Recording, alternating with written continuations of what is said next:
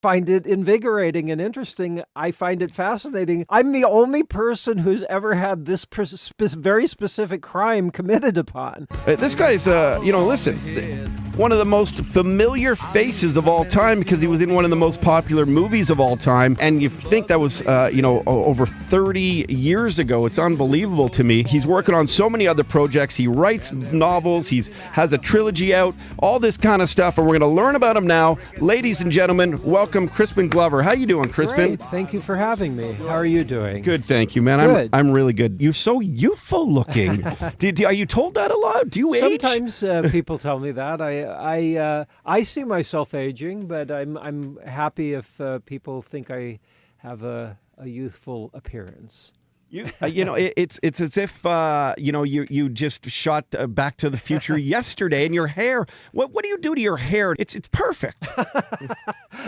Well, I often cut my hair myself. No, you don't. Yeah, I really do. Just to save on some money? No, it's just I get involved in doing what I'm doing. I've been doing it since the 80s. I have a wall razor, an electric razor. I know how to do it. I mean, it's better when somebody else does. If I'm working on a film, somebody else will cut my hair.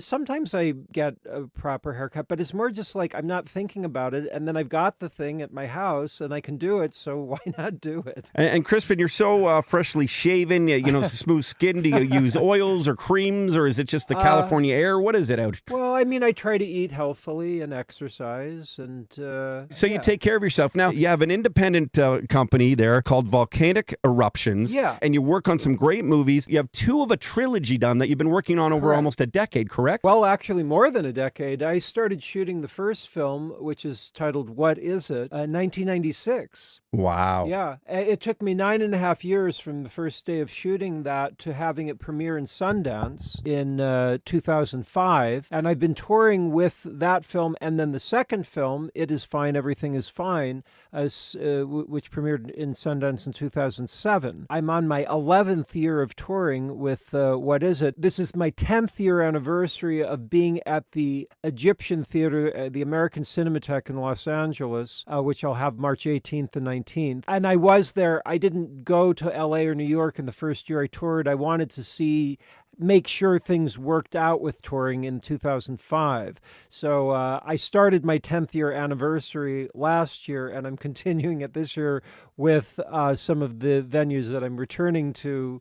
Well, I've been to this venue a number of times, to the American Cinematheque. Wow, and when it comes to these movies, Crispin Glover, what do you think it is about them, and maybe describe them to the listening audience who hasn't seen them, or maybe perhaps not even heard of them, that makes them so intriguing that people will go back year after year to watch screenings, even though it's a film, as you said, that's done now, almost 2 decades ago. Yeah. What is it specifically? Most of the actors in the film have Down syndrome, but the film is not about Down syndrome at all. What it really is my psychological reaction to the corporate constraints that have happened in the last 30 or more years of filmmaking, wherein anything that can possibly make an audience member uncomfortable is necessarily excised.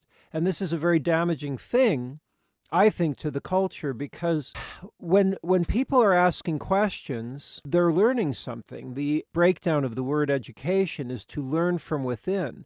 And for corporate interests to ubiquitously excise the possibility of anybody asking a question about a movie, it leads to non-education, or more accurately, the opposite of education is propaganda. It's educated in a specific fashion, which would be called propaganda. So we don't have an opportunity to truly learn. Is that what you're saying? Everything that we are seeing in films is corporately funded and corporately distributed. I'm very pleased with what's happening right now, with the political campaign with Bernie Sanders. And even before that, I was very pleased with what was happening with the Occupy movement, because I recognize that what I was started reacting to 20 years ago with the film What Is It? It's exactly what people are seeing in the United States, and why they're reacting positively to the Bernie Sanders campaign is because he's pointing out what is very true is that corporate interests are hurting the lower and middle classes. I was talking about exactly the same thing, although mine had to do with the messages that were being put forth in corporate filmmaking, which is everything that you're seeing streaming or released in movie theaters or on television. It's corporate interest that is funding it and distributing it. This means they understand that if an audience is educated in a particular fashion that would be learning to question, corporations are in place because we supposedly live in a democratic society. If people are informed and educated that corporations are unfairly taking advantage of the lower and middle classes, they would vote so that corporations no longer are able to have impact politically and working against the best interests of the people that are voting, the politicians that are being legally bribed at this point in time. And I mean, it's slightly differentiated because I was reacting to the corporate interests influence in that which was being put forth in the storytelling and the moral value of the storytelling.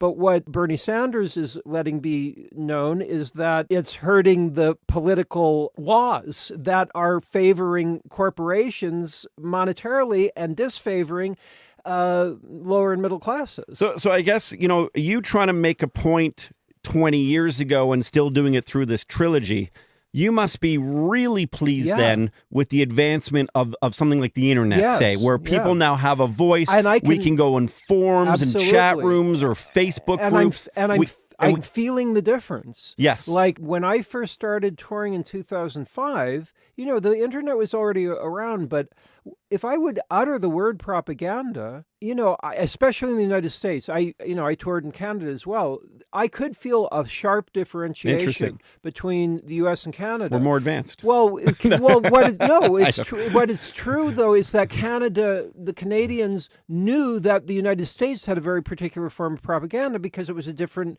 situation going up in Canada. Would you say that Canada's maybe more of a compassionate nation? Would you? Well, I don't know. I don't know it well enough.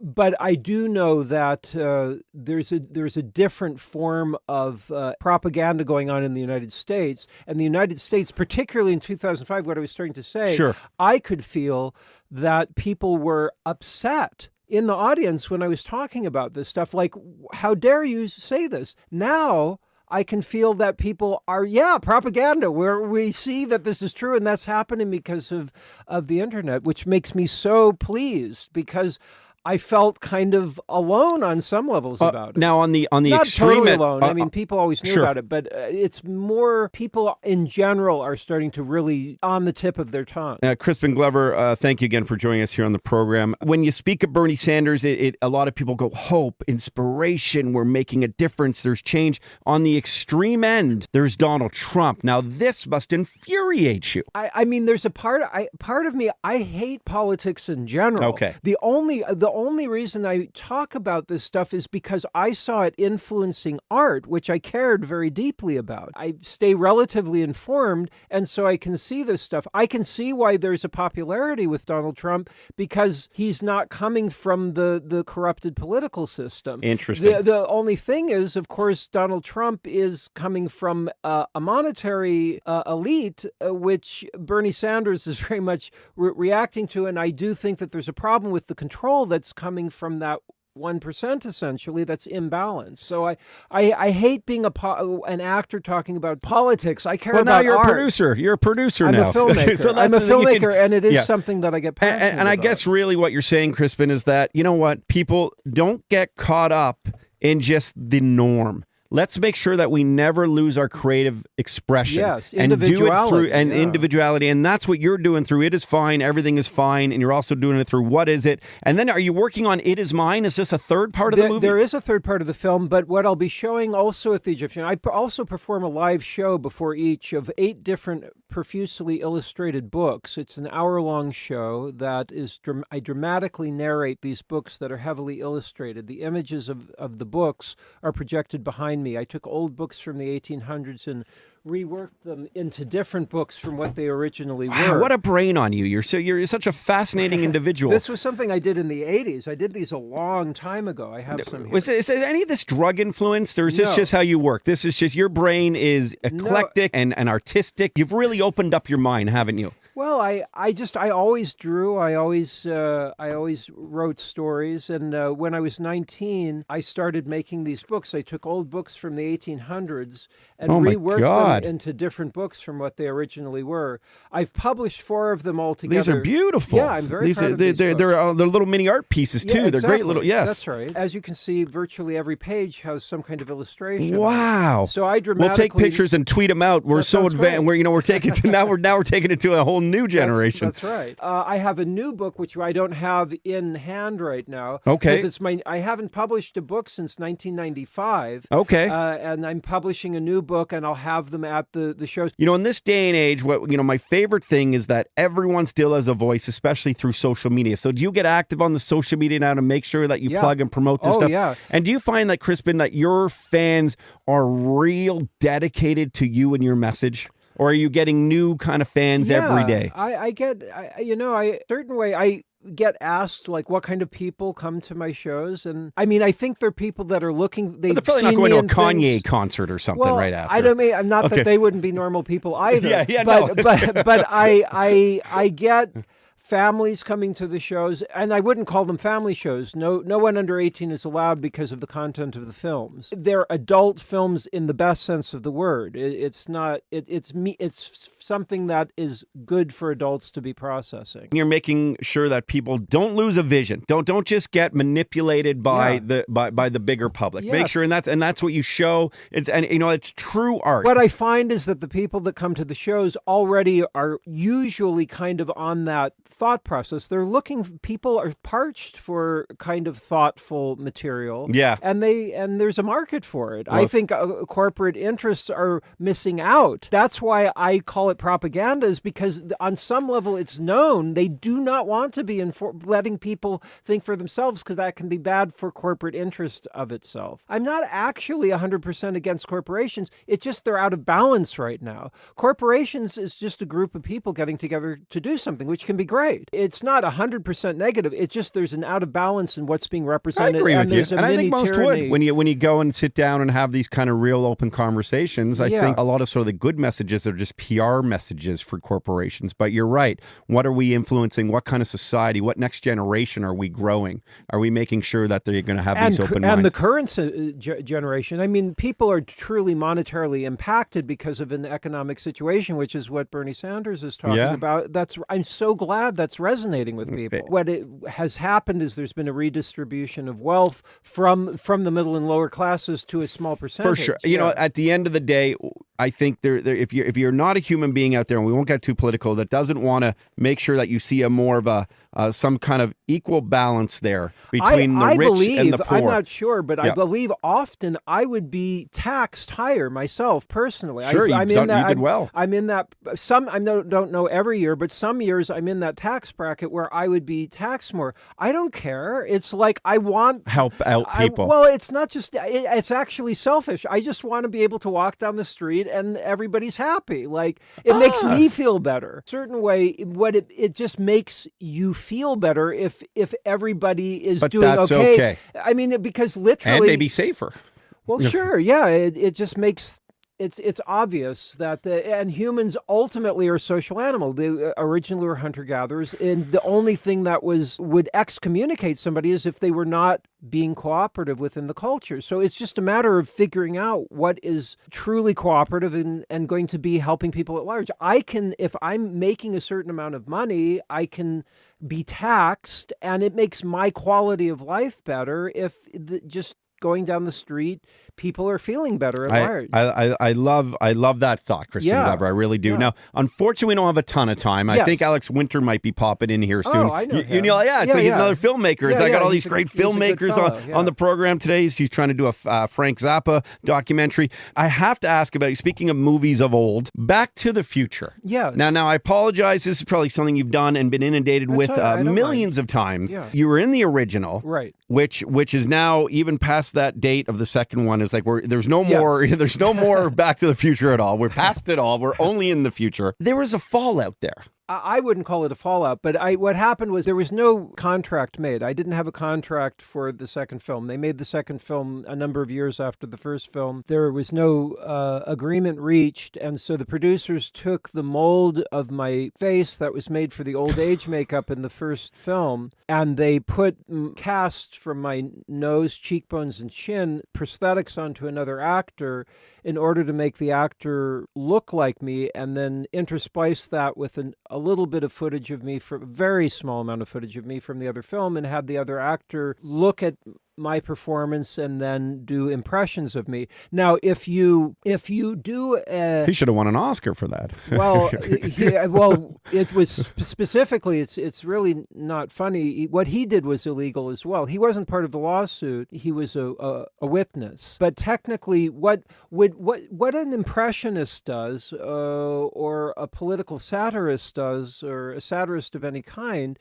is they're letting the audience know that this is a version of somebody else and they're making fun of it, whatever, making a joke, which is legal, and that's fine. And there's an important communication that comes from that. What is illegal is to fool an audience into believing that somebody is actually doing something that they do not have pawning off contract. Your character as someone else completely. Well, but my facial your features. Facial features, yeah, that were taken from the mold. So when did the lawsuit happen? Early 90s. And what was the result of the lawsuit? I have to be careful about how I word it, but it was settled with mutual satisfaction. Okay. But because of the lawsuit, there are rules in the Screen Actors Guild that make it so producers, directors, and actors can never do anything Set a precedent. like that again. Yeah. That's got to feel good. Well, I would have preferred that the producers never did that in the first place. Why didn't they just ask you in the fucking movie? Well, there was a negotiation, but it gets very I am writing a book right now. I'm on page 325 that has to do with propaganda,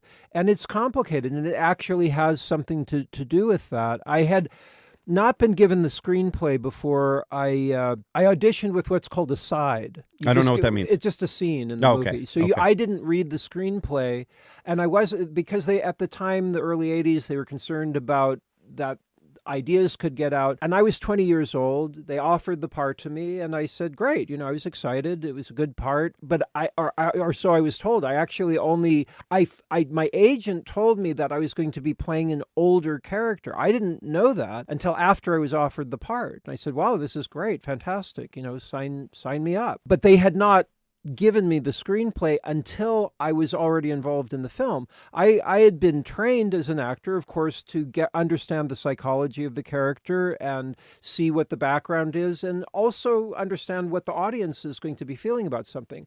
There were complexities, there were different drafts of the script, and there are certain things that I asked about, and I'm assuming that I wasn't the only person that asked about, that were changed. There were some things, but one of the leftovers of what wasn't changed was there was a monetary reward that I said I thought that if we have a monetary reward or a material reward, that it ends up giving a message of that money equals happiness, which I said I thought was a bad message. And that I think did not resonate well in the long run. And then when the negotiation came about, they almost were they were trying to make it as though, they were mad at me for doing it. So then they offered me less than half of any of the other. That's the business side of shit. Well, it's not good business. It's not ethical. It's a cruel way to go about something. I could not concur with you more. My agents and it was evident that this was what was being done, and so we didn't reach an agreement. They did something illegal, and that was really not right.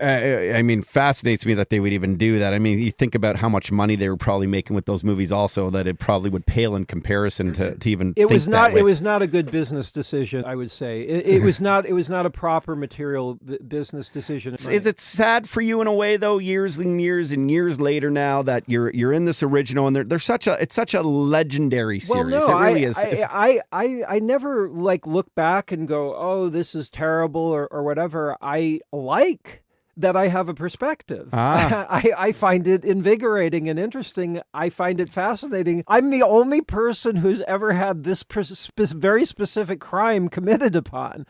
There's nobody I can talk to that says, "Oh yeah, I know what you're talking about." Are you still wearing the mask today? Is that why you look so young, Crispin Glover? Is that okay? Are you still wearing that? No, this is me. This is you. The Todd Shapiro Show on Canada Laughs, Sirius XM Channel 168. Hey, what's up? I'm Roddy. Subscribe to our channel. You're gonna love it. For the rest of this episode, you gotta check out our podcast online on the website. Go check it out.